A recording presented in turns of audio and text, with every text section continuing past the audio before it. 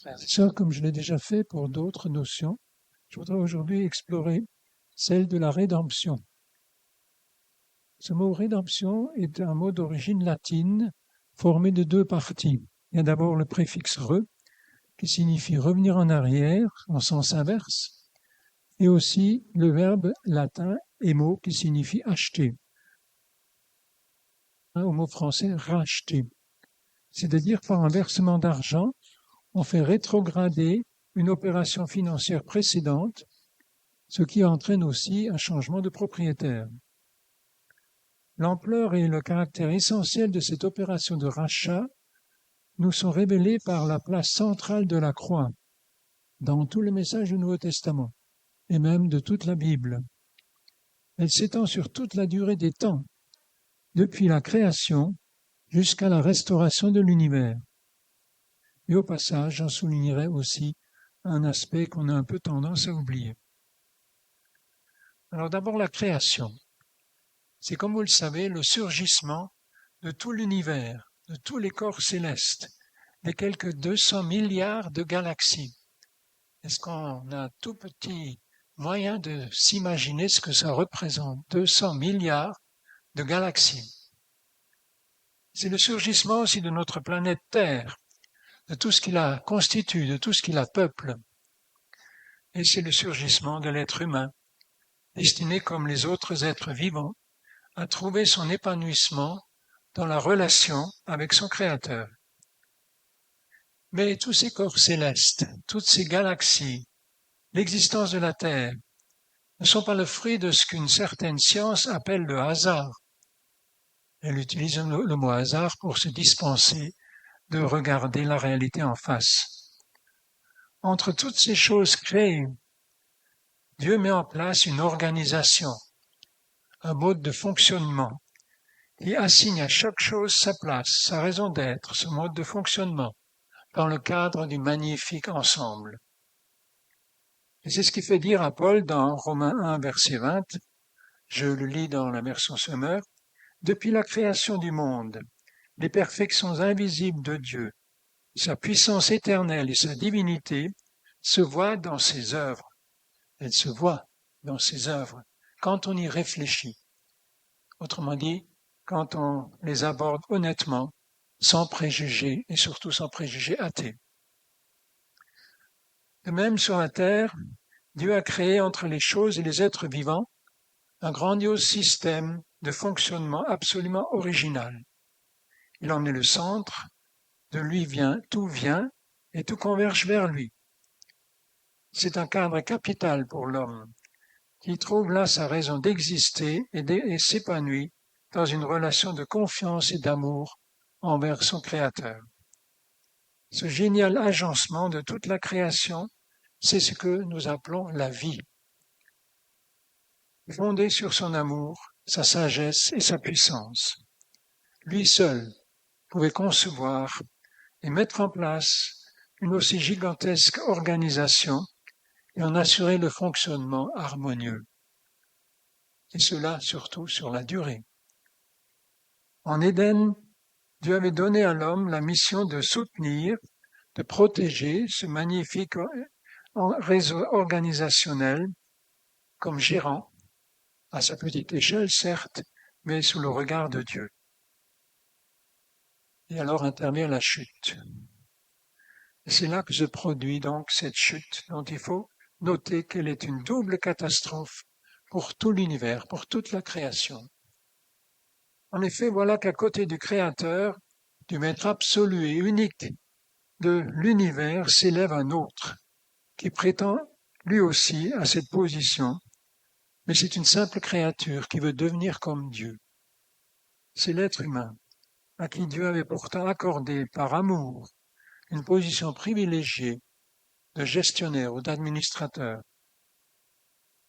Cet homme commet la folie d'accorder crédit à un mensonge de Satan qui met en doute sans preuve l'amour inconditionnel du Créateur pour l'homme. Et celle-ci brise alors la merveilleuse organisation, la merveilleuse relation d'amour et de confiance qui l'unissait à son Créateur. cette trahison déconsidère et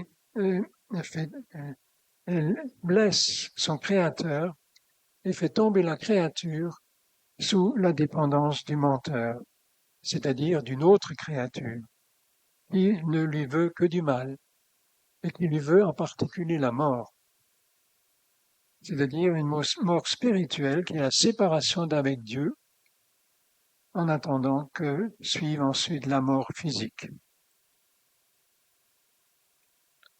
C'est la rançon pour le péché, comme le Créateur en fait avait averti sa créature. Et c'est là la conséquence la plus évidente de la désobéissance d'Adam et d'Ève. Mais elle ne doit pas nous cacher une seconde conséquence, liée à la première. En quittant sa place assignée par son Créateur, cette petite créature déchire aussi le magnifique canevas organisationnel de toute la création, en voulant s'élever au-dessus de sa position attribuée et en abandonnant au diable une partie de son autorité sur la création.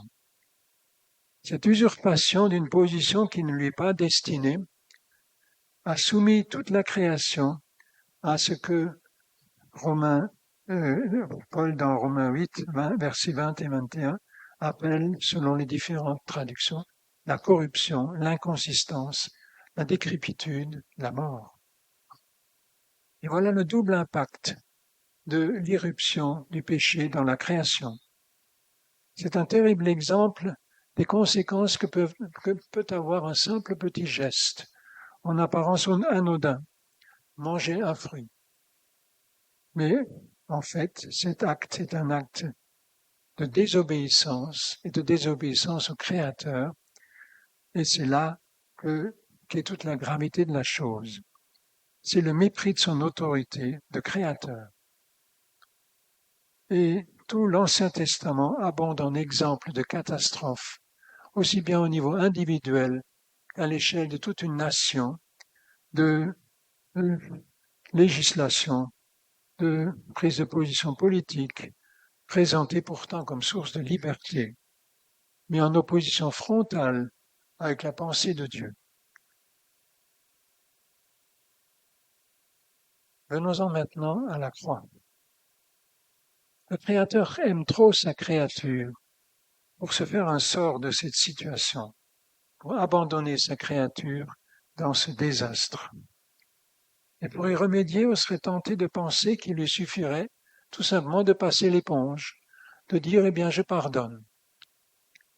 Mais ce serait faire peu de cas du péché et de méconnaître son extrême gravité. Peut-on faire peu de cas des conséquences dévastatrices du péché sur les sociétés humaines qui deviennent de plus en plus ingouvernables? Je crois qu'on a un bon exemple autour de nous. L'impact du péché sur la création qui se traduit par des catastrophes, non pas seulement à l'autre bout du monde, mais aussi pratiquement sous nos yeux. Peut-on faire peu de cas de l'existence de la mort qui amène l'homme inéluctablement à quitter cette terre? Peut-on aussi négliger la violation du caractère unique et saint de Dieu, qui se traduit par l'invention, la prolifération de toutes sortes de religions, qui sont autant de tromperies mortifères pour leurs adeptes, source de guerre, de cause de rejet de la vérité divine et de motif de la persécution des chrétiens. La sainteté de Dieu implique qu'il soit juste et impitoyable contre le péché et contre tous ceux qui non seulement le pratiquent, mais souvent aussi en vivent. Cela, même la raison humaine le conçoit. Il y a aussi un bon nombre de religions qui arrivent à concevoir même cela. Mais punir les coupables à la hauteur de leurs responsabilités, ça consisterait finalement à effacer l'humanité de la terre. Et ça constitue un choc frontal pour l'amour du Créateur envers sa créature. Alors on est dans un grand dilemme. Et pour sortir de ce dilemme, eh bien ce ne sont pas les petits bricolages d'œuvres pieuses, d'efforts moraux accomplis par l'homme pécheur, ni les rites et les cérémonies plus ou moins contraignantes, imaginées par les religions qui peuvent changer quelque chose. Tout ça, ce sont des petits pansements collés sur un ulcère cancéreux. Le problème est autrement plus grave et profond, et il échappe à toutes les tentatives humaines. Il s'agit de satisfaire parfaitement, d'une part, la justice et la sainteté de Dieu, et d'autre part, son amour et sa grâce. Et pour cela, seul le Créateur a la sagesse, la puissance capable de concilier les deux d'une manière pleinement suffisante et efficace. Le principe de base se trouve dans la lettre aux Hébreux qui nous dit que sans effusion de sang, c'est-à-dire sans le don d'une vie, il n'y a pas de pardon des péchés. Or, une vie de pécheur offerte pour ce pécheur ne peut suffire justement que pour ce seul pécheur.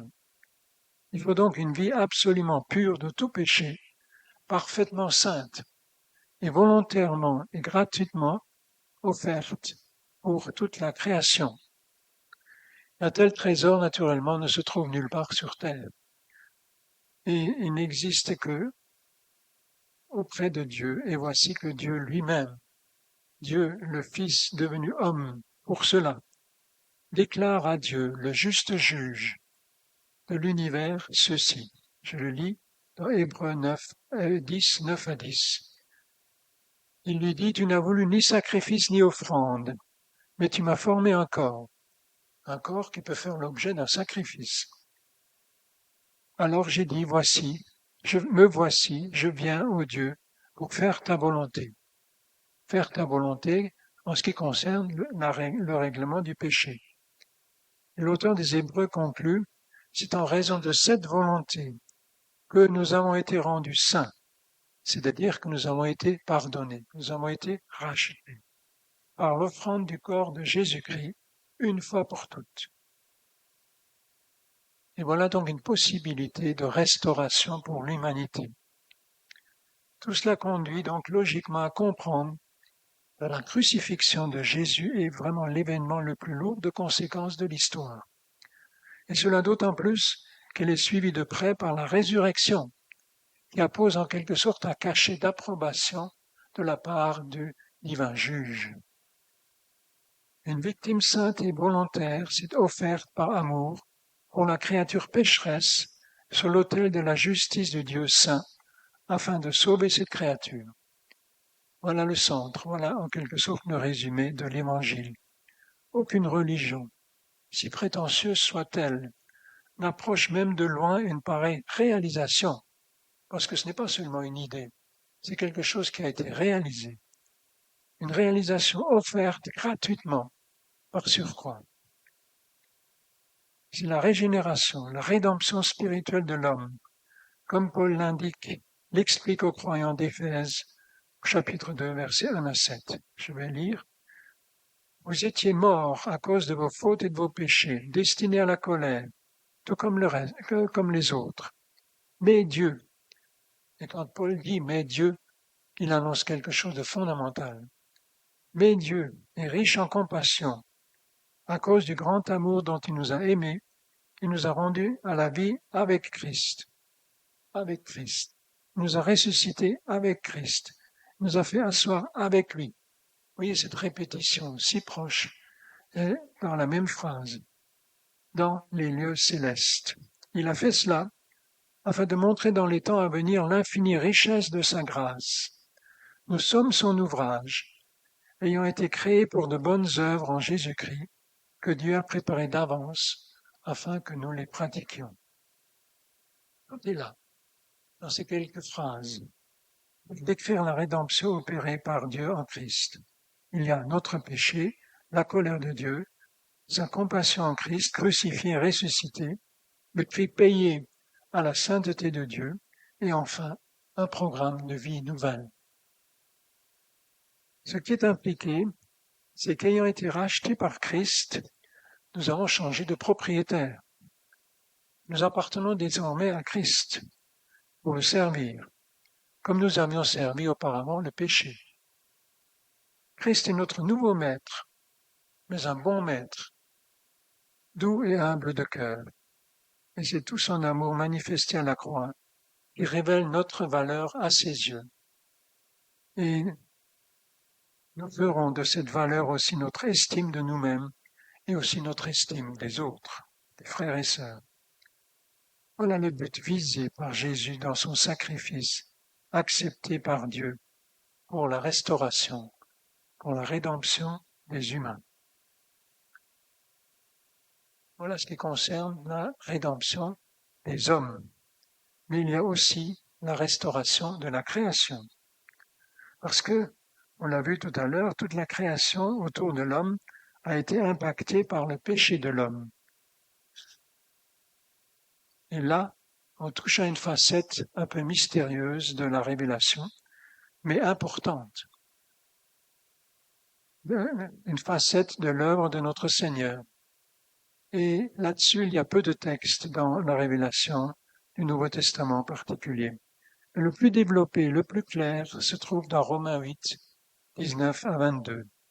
Je vais le lire, je le lis dans la version Kuhn. Une profonde nostalgie étreint toute la création. Vous savez ce que c'est qu'une nostalgie? C'est la douleur d'avoir perdu quelque chose, de ne pas savoir comment le retrouver. Eh bien, une profonde nostalgie étreint toute la création. C'est la double souffrance, et avec cette double souffrance, la création attend avec un ardent désir la révélation de la gloire des fils de Dieu. Toutes les créatures aspirent à l'avènement de ce jour où Dieu manifestera la vraie nature de ses enfants, c'est-à-dire la fin de notre monde actuel. Car jusqu'à ce jour, la création livrée au pouvoir du néant tourne à vide, tout dépérit et meurt. Elle n'est pour rien dans cet état de choses, contre son gré, sans aucune faute de sa part, mais par solidarité avec celui qui a failli, elle vit une existence sans but. Elle garde néanmoins un espoir. Elle aussi sera délivrée un jour de son asservissement aux puissances de mort, la tyrannie des perpétuels changements et les décadences inéluctables cesseront. Elle connaîtra la liberté dont les enfants de Dieu glorifiés jouiront.